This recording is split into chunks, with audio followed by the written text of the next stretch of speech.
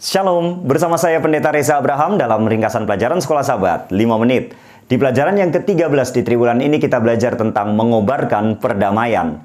Masih di Efesus pasal 6 ayat 10 sampai 20 di bagian yang kedua, yaitu menjabarkan perlengkapan senjata Allah. Saudara-saudara, kita sedang hidup di dalam sejarah dunia, yaitu pertentangan besar antara Kristus dan setan. Kita terlibat di dalamnya. Kita mau hidup di pihak Kristus atau di pihak iblis. Kalau kita mengambil keputusan untuk hidup di pihak Kristus, maka kita berperang melawan iblis harus menggunakan perlengkapan senjata Allah. Dan peperangan ini bukanlah peperangan secara fisik, tapi peperangan secara rohani. Apa itu perlengkapan senjata Allah? Mari kita lihat pelajaran di belakang ini. Perlengkapan senjata Allah adalah ikat pinggang kebenaran, baju sirah keadilan, kasut memberitakan Injil kedamaian, perisai iman, ketopong keselamatan, pedang roh yaitu firman Tuhan, dan ditutup dengan yang namanya doa. Kita lihat satu persatu. Ikat pinggang kebenaran. Kebenaran ini di dalam Alkitab adalah milik Tuhan. Bapa adalah kebenaran, Yesus adalah kebenaran, Roh Kudus adalah kebenaran, firman Tuhan adalah kebenaran. Kebenaran adalah Tuhan itu sendiri. Ketika mengikat pinggang kebenaran, artinya mengikat Tuhan di dalam diri kita sendiri. Dan apa artinya mengikat Tuhan di dalam diri kita?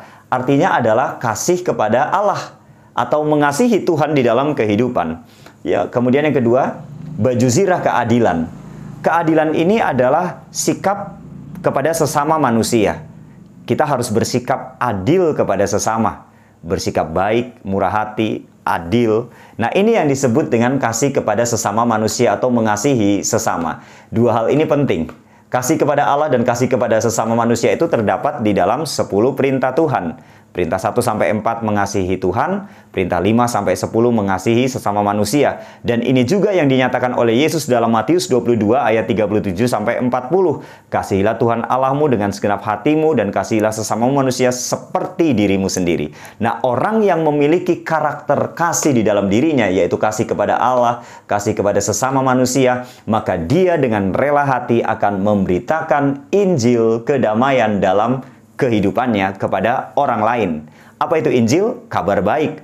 Kabar baik bahwa Yesus sudah bangkit memberikan keselamatan, membawa kedamaian kepada seluruh dunia ini. Dan itu yang diberitakan di dalam hidupnya melalui tutur katanya, tingkah laku, perbuatannya. Dia tidak suka kebencian, dia sukanya persatuan, dia sukanya kedamaian. Dia akan menyampaikan pekabaran kasih melalui kehidupannya kepada orang-orang lain. Sehingga orang-orang lain mengenal Yesus di dalam kehidupan.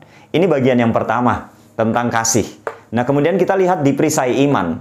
Iman ini adalah percaya kepada Tuhan. Jadi dari manusia kepada Tuhan. Kemudian ketopong keselamatan. Keselamatan adalah pemberian Tuhan kepada manusia, yaitu dari Tuhan kepada manusia. Nah, dua hal ini, baik iman maupun keselamatan dalam kitab Efesus, ditulis dalam Efesus 2 ayat 8-9. Yaitu, karena kasih karunia kamu diselamatkan oleh iman. Jadi ini berbicara tentang kasih karunia. Keselamatan adalah pemberian Tuhan yang harus disambut oleh iman kita manusia, yaitu kita ambil keselamatan yang Tuhan berikan dalam kehidupan kita. Nah, orang yang hidup di dalam kasih karunia Tuhan, menerima keselamatan dari Tuhan, maka orang itu akan menjadikan firman Tuhan sebagai pegangan hidupnya, landasan hidupnya, pondasi kehidupannya. Dia akan selalu berpegang pada Alkitab sebagai firman Tuhan, percaya kepada janji-janji Tuhan dalam firman Tuhan di sana.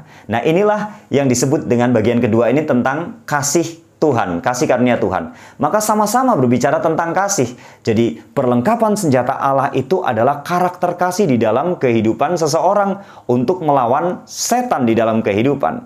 Ketika memiliki karakter kasih itu, maka dia memiliki perlengkapan senjata Allah di dalam kehidupannya. Maka ditutup dengan yang namanya doa.